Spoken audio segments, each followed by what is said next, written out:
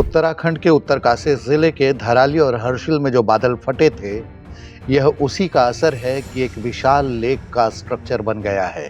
पहाड़ों के बीच और पेड़ों के चारों तरफ इस लेक ने अपना कब्जा जमा लिया है। इनके बीच में कहीं कहीं धंसे हुए घर नजर आ जाते हैं। धराली गांव में आई प्राकृतिक आपदा ने बहुत कुछ तहस नहस कर दिया है। धराली का तो लगभग नामो निशान मिट चुका है। जहां कभी रिहायशी इलाके हुआ करते थे, लोगों की खिलखिलाहटें गूंजा करती थीं, वहां अब पत्थरों और मलबे का ढेर है और इन ढेरों में जीवन तलाश रहे आपदा प्रबंधन टीम के लोग हैं। इस तबाही में जिनकी जान बच गई है, वे उस दिन के खौफनाक मंजर को याद कर अब तक सहमे सहमे हैं। तबाही का ऐसा ही दृश्य हर्षिल में भी दिख रहा है। यहाँ तहस नहस हुआ यह कैंप सेना का है। यह उसी बादल फटने से मची तबाही का नतीजा है। अब इस उजड़े हुए कैंप में सेना नहीं बल्कि मलबे हैं।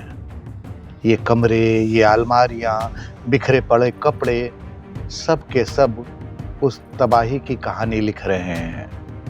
इन कमरों में कभी सेना के जवानों की स्ट्रेटजी बनती होगी, कभी उनका खिलखिलाना और कभी मस्ती चलती होगी, मगर अब सब कुछ मलबे में तब्दील है।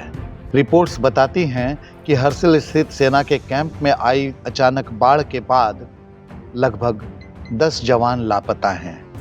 यह हादसा भारतीय सेना के कैंप से महज 4 किलोमीटर दूर हुआ था। 50 से ज्यादा लोग अब भी लापता हैं।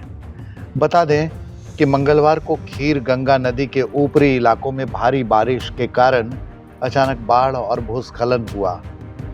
बाढ़ से धराली गांव में भारी नुकसान हुआ। कई घर, होटल और दुकानें जलमग्न हो गईं। पहाड़ों से बारिश का पानी और मलबा इतनी तेजी से नीचे आए कि पूरा धराली गांव तबाह हो गया। बाजार, होटल, गाड़ियां, घर सब कुछ बाढ़ में बह गए। हादसे के 4 दिन बाद भी इस पूरे इलाके में राहत और बचाव का काम जारी है। अब यहाँ एयर ऑपरेशन शुरू किया जा चुका है।